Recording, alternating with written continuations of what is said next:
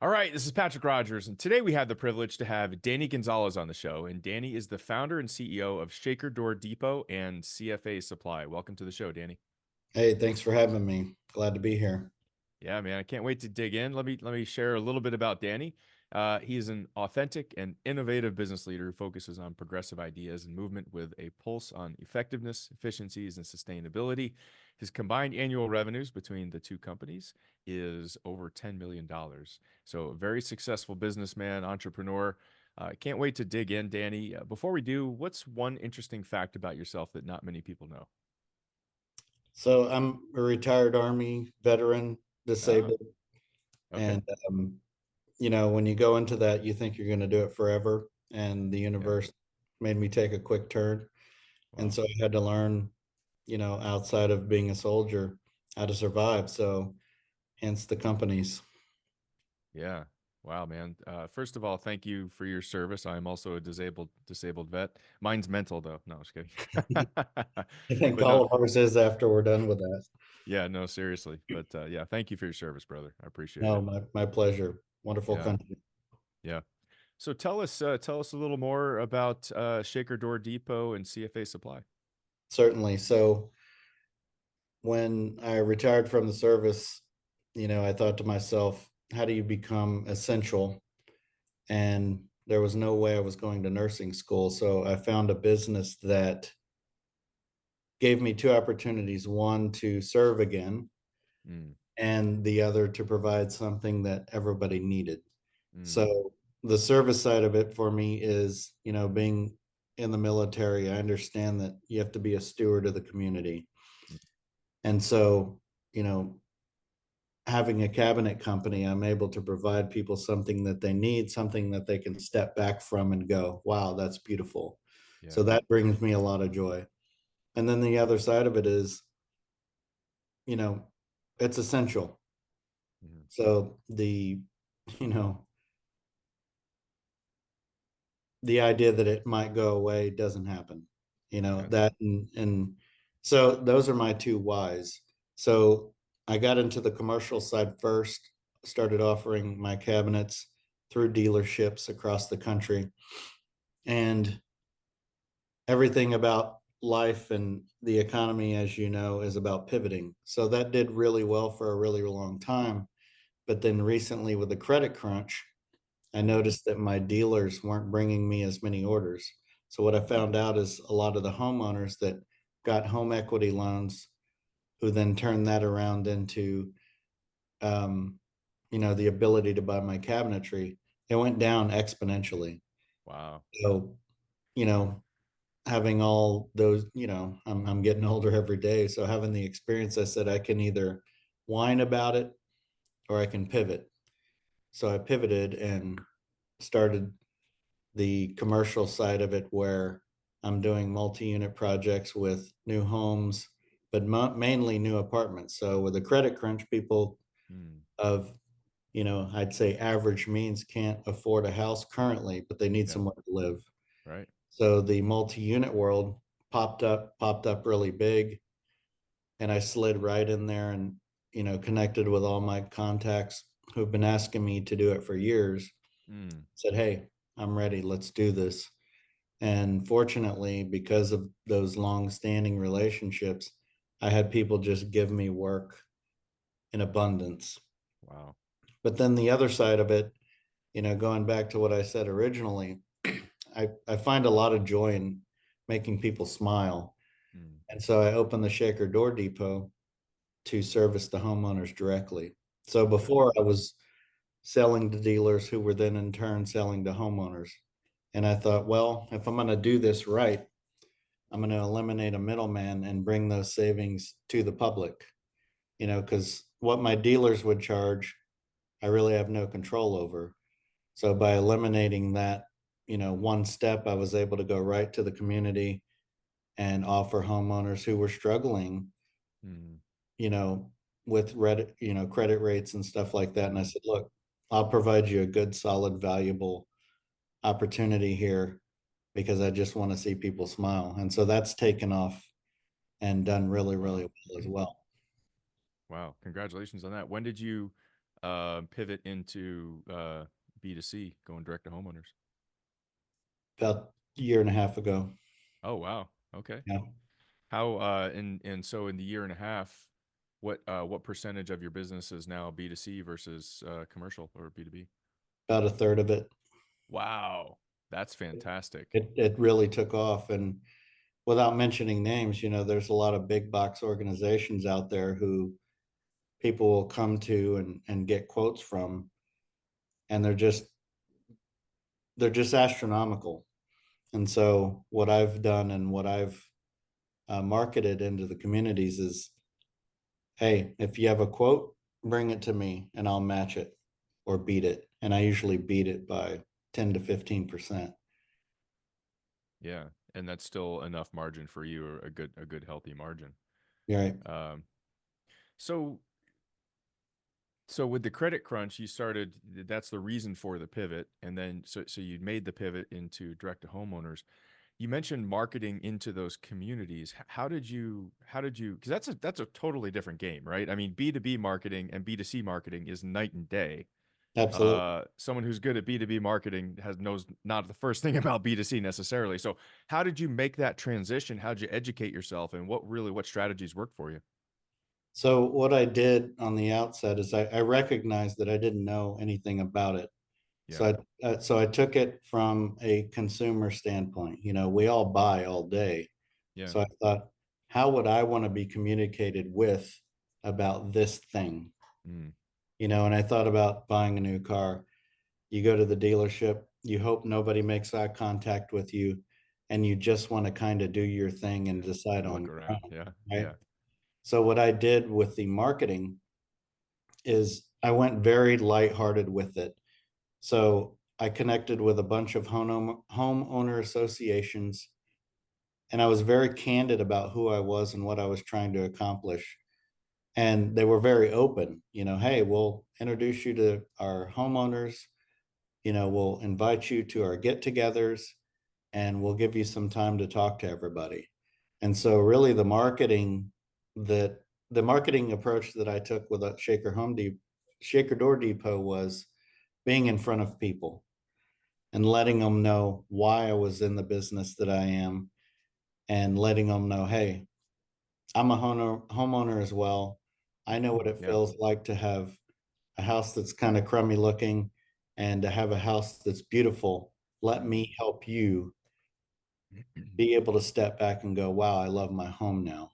mm, And so there was a lot of events, a lot of face to face, a lot of hours put into actually connecting with people who could then in turn connect me with the homeowners. But again, I took the approach of, look, I'm trying to sell you something, and I know I'm trying to yeah, sell you sure, something, but let me tell you why it's worth your time. yeah, And what I found is, after I made those, very critical touch points in the front end, and people were able to buy from me and experience me and my crew, they did the work for me after that. mm, They told everybody, hey, look how beautiful my kitchen is. And then they went, well, I want one too. Well, here's the guy you need to call.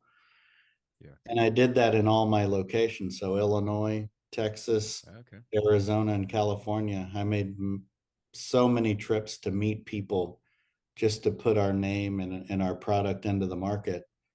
And now, fortunately, I don't have to do much marketing. I still do, but I have so many referrals in a day that now we get to pick and choose the projects that we do want to be involved with and don't want to be involved with.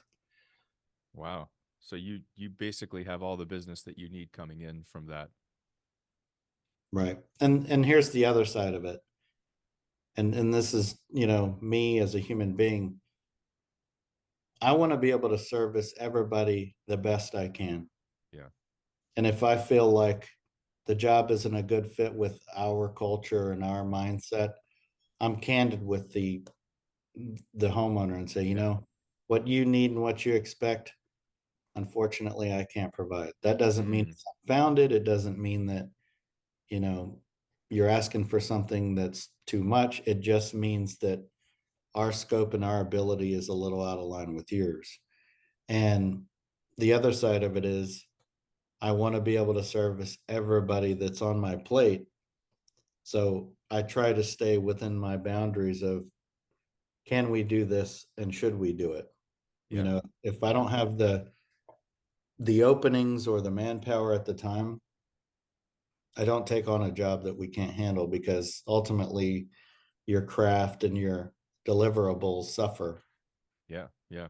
Well, I think it's very interesting, when most business owners are thinking about expanding or thinking about launching and doing a marketing effort, they're thinking about, online marketing or Facebook or Google Ads or PPC, and you took it to a totally different level and employed sweat equity, paying, I mean, very minimal except travel costs and your time and energy, and you've kind of created this referral machine, if you will, of HOA and such. So I think that's fantastic.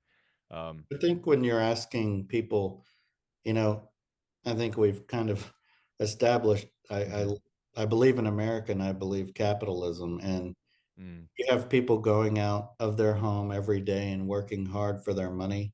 mhm, I think I owe it to them to do everything that I can to earn their business. mm, And so for me, that sweat equity was absolutely necessary. I think it's easy to just put something on a per click and see what happens. And I don't believe that that's very organic, mm, and mm. with something as intimate as what I do, which is putting something in someone's home that they're going to stay in, live with, touch, feel, you know, I thought it was important to put that time and space into the mix.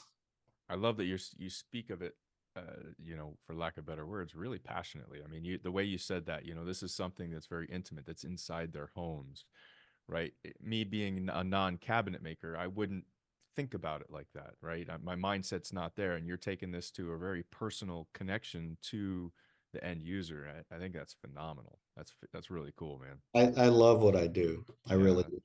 that's really cool. Awesome. So, so we talked about your strategy going from B to C over to, or excuse me, B to B over to B to C. What do you think are some of the things that have been critical in your success in the actual uh, company itself? I know you mentioned a few things before, like your KPIs, daily huddles. Tell me more about those and what brought you to bring them up and what they do for you. So I think it's paramount that in order to get where you're going, Hmm. you need to know where you're going, where you Sure. want to end up, where you want to be. Yeah. I think about my days in the military where we trained and trained and trained and trained. That way, when the real thing happened, it was Mm, natural. It mm, was fluid, it was organic. So, with my crew at the starting in October of every year, we sit down, we take the time to go through what our expectations are of the next year, right? mm, And so the idea is where do we want to land, hmm. right? So we take the time to sit down, go through everything very meticulously, figure out where we want to land, Yeah. you know, what kind of people it'll take, what kind of mindsets it'll take, and then essentially we craft the next year, of course, within the confines of reality and all that. Yeah. Awesome. So you actually craft out the strategic what you guys are going to do strategically to get there, setting Correct. goals, and I assume it sounds like you're going Sorry, right. sorry, I had a visitor. Ah, you're good, man. So essentially, like I said, you plan Yeah. how we call it plan how you want to land, right? Oh, okay. I like We that. talk about it all the time. So our daily KPIs are wrapped around our plan to how we want to land. And every morning we have our daily huddle. It's online or in person, depending upon where everyone is, but they have their daily huddle with me every day, and we go through the gazelles scaling up. Oh yeah. Vern Harns. Right. Where are you at? Hmm. What's up in the next 24 hours and where are you stuck? What are you stuck on? Yeah, I love that. And we do that every morning.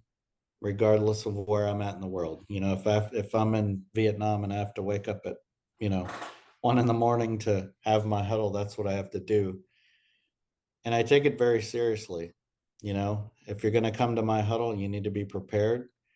And also, you're a steward of everybody else in the group. So if somebody says, I'm stuck, you absolutely need to do your best to help your buddy out. Yeah. Yeah. So we take that very seriously.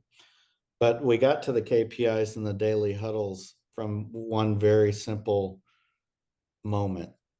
And it is, we grew really, really fast. Mm, And I'd like to think I'm smart, but nobody's smart enough to be able to take the world upon their shoulders and take mm, every little thing seriously and give it the amount of attention that it needs. yeah. So I decided really early in all this, let's focus on what matters. Mm-hmm. And if it doesn't matter, leave it alone. Mm, And so, in order to get there, we're scaling up at the time, and I went online and tried to figure out every helpful thing that I could find to help us scale up in the most efficient, effective way. And I found the Gazelles mm-hmm. scaling up. And it kind of falls in line with my leadership style. So my leadership style is, obviously, I have a hat on, I don't have a suit on. I take life and business very lightly and very seriously at the same time. Awesome. So the direction from the onset was, look, let's have fun. Let's keep it simple. Mm-hmm. Let's leave the silly stuff out of the mix. Let's Mm-hmm. focus on what matters and what impacts the business truly and honestly. Yeah. Let's make those our to-dos, and everything else just needs to be left alone.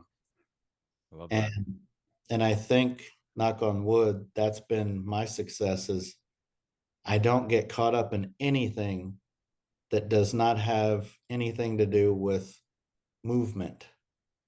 And I ask my people all the time, will this thing that you're engaging in provide movement? Mm, And if the answer is no, walk away. mm, If you're arguing with your buddy about how we should do something and both of the answers don't lead to movement, stop arguing, hug, and go find something that, provides movement.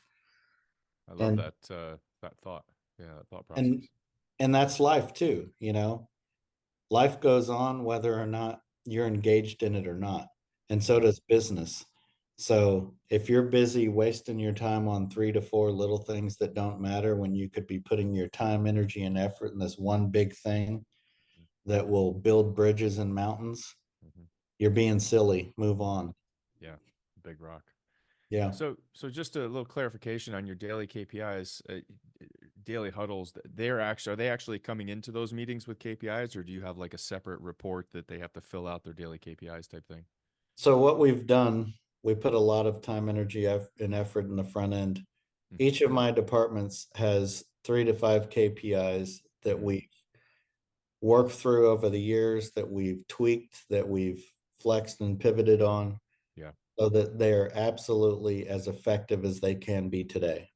Yeah. And so when they show up to the huddle, they have to have those answers because all those answers are critical to my decision making process. Got it. Love it. Very cool. I know you mentioned in our pre-call that paying attention to the trends in the industry has really helped you as well to be able to avoid pitfalls. Yeah, I would agree with that. You have to really, you know, when I got out of the service, I realized that I had had a lot of A teams and mentors in my life. Mm-hmm. And when I got out, you know, the economy and civilian life is a bit different. So I learned pretty quickly that nobody was going to give me anything but maybe a hard time. So I decided if I was going to do anything worthwhile, I had to be all in. You Mm-hmm. know, what I do is not a job for me. It's not a living for me. It's my life. Mm-hmm. I get up every day trying to be as effective a leader as I can be. I get up every day going, how can I impact my industry Mm-hmm. as positively as possible? And I think that's really the key is I hold my position in my industry to a very high standard. Mm-hmm. I'm considered a professional and people are giving me money to give them stuff in return. Mm-hmm. I think I owe it to my industry to be a good steward. And so I spend as much time trying to understand what the pulse is in my industry. And I change and move and pivot and react to make sure that I'm as effective as I can be. So I'm constantly reading about my industry. I'm constantly in my own warehouses, learning the new innovative ways to build cabinets and to put things together. Yeah. I make all of my team members, regardless of where they are in the organization, they have to spend at least 8 hours a month building cabinets. Hands You know, on themselves. right? Whether you're an accountant or a sales person or the CEO, you have to be in the warehouse 8 hours a month so that you are in tune with what we're doing. And I think having Wow. that mindset of I owe this industry and not that it owes me, I think,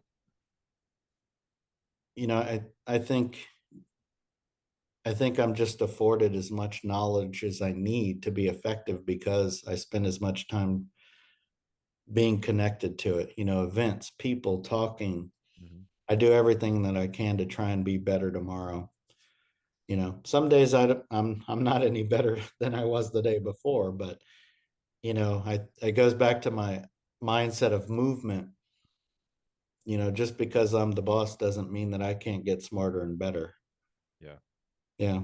Yeah. I love that. So I know you mentioned before is you have to know, where you're going, plan how you want to land. Um, what's this year lead to? What's next for you guys? What are your goals? So my goals for so we've pretty much worked through 2024 already. Mm-hmm. I've been closing deals and contracts, really good multi-unit jobs, which I'm very grateful for. Actually, it's a great question.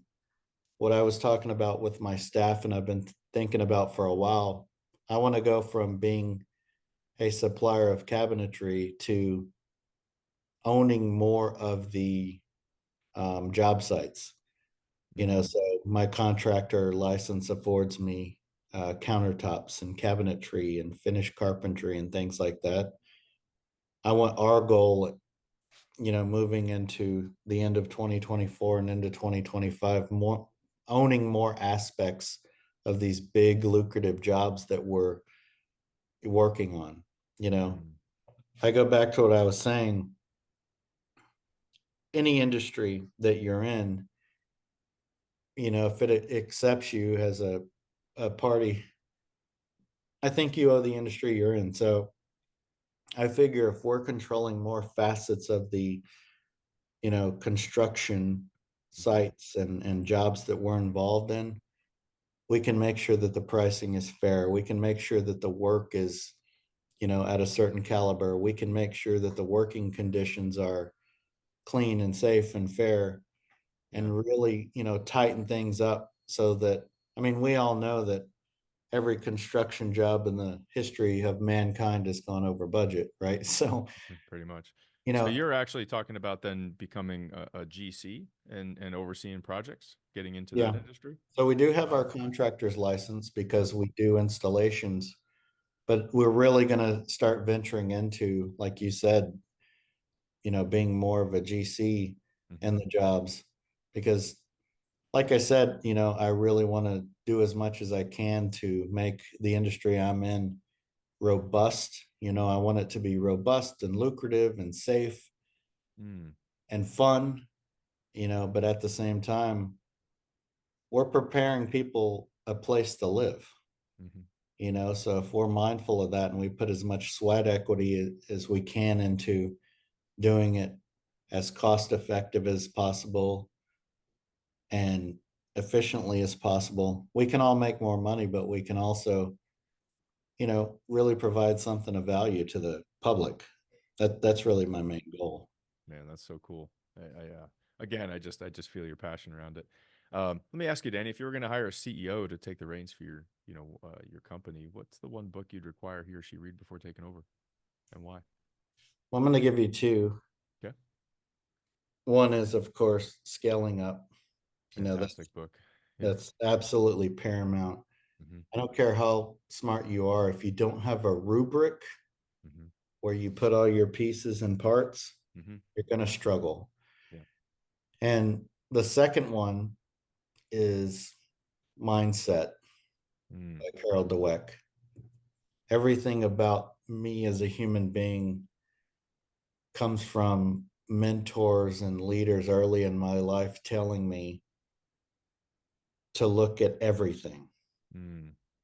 You know, as human beings, our brains aren't really wired for growth. They're wired for safety Right.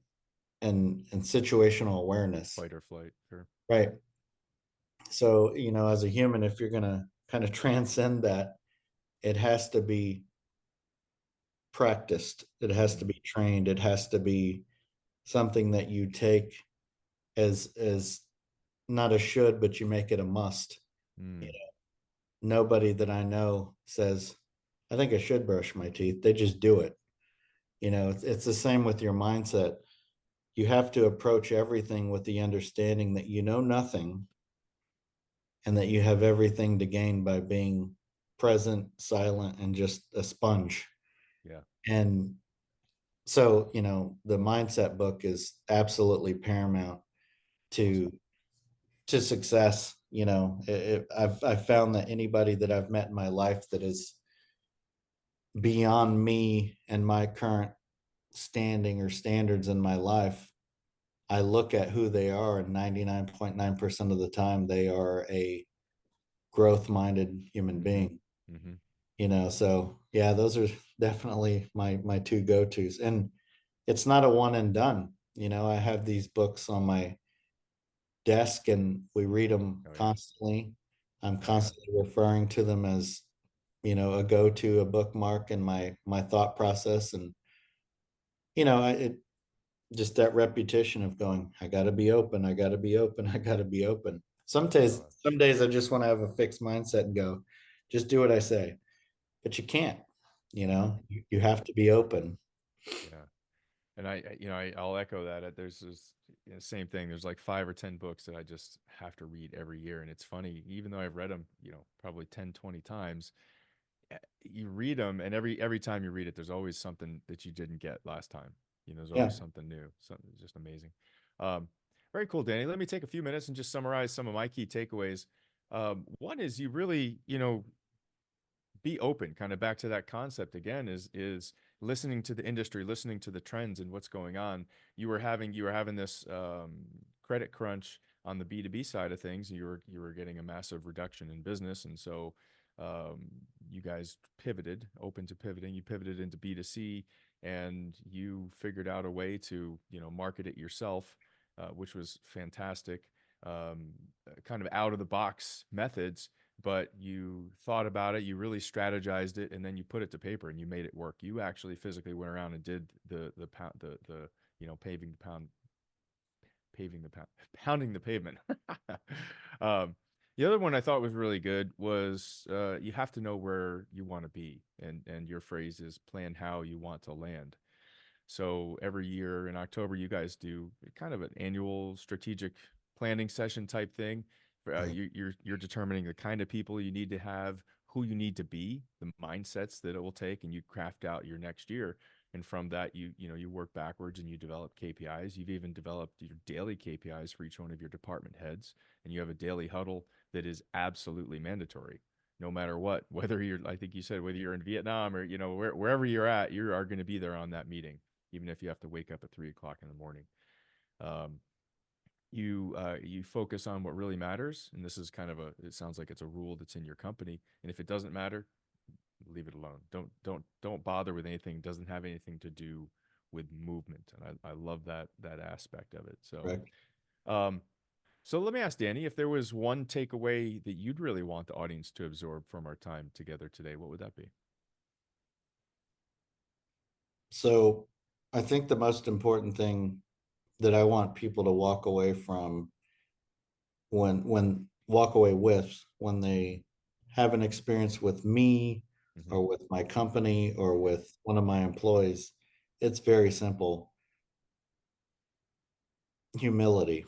Mm, I think that the most important thing that you can do as a leader is recognize that leaders lead from the front, mm, and so if you want humble employees who are hard workers and who are loyal, you have to work just as hard for your employees as you want them to work for you. You have to be as loyal to them as you want them to be to you. But most importantly, the people that are giving us their hard earned money, I think that the reason why we've been able to be so successful is anybody who deals with us knows that the rules are we're going to give you 110% all the time. We're going to be candid. We're going to be frank. If we can't do something, we're going to be honest with you about it. mm, mhm.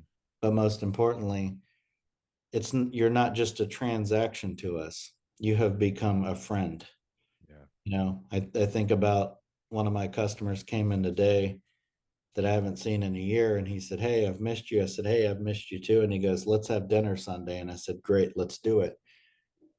I think that's the bottom line is in business, if you want to be successful, if life in life you want to be successful, doesn't matter where you are in the chain, you're part of the chain. So Mhm. be humble enough to say, "Hey, I got to do my part." And so, like, anybody who walks away from me, I want them to go, Danny means what he says, and he lives up to it. So yeah, that's really it for me. Just Love it. be who you say you are. Yeah. As a Cool. person, as a company, Hmm. as a rule. Just be who you say you are. Yeah. I love that. Short and easy humility. Danny, if any of our listeners wanted to reach out and perhaps get a hold of you for any of your services within your cabinetry company, or for any follow up questions regarding leading your company or management, what's the best way they could do that? So I'm open to any and all emails. No email question is silly. So anybody at any time can reach me at danny@cfasupply.net. And like I said, no question is silly. I open communication from anyone who wants to learn, chat. You know, it's a small world, so we got to embrace each other. Awesome, man. Thanks for offering that, and I'm sure somebody will appreciate that. Again, Danny, thanks for being on the show. This was a fantastic episode. A lot of great information shared. Thank you. That was my pleasure. I appreciate it. Awesome. And for the listeners out there, please hit the like and subscribe button and help us spread the word about what we're doing. We're helping the next generation of CEOs and leaders be that much more successful. With that, this is your host, Patrick Rogers, and we'll see you in the next episode. Thanks a lot.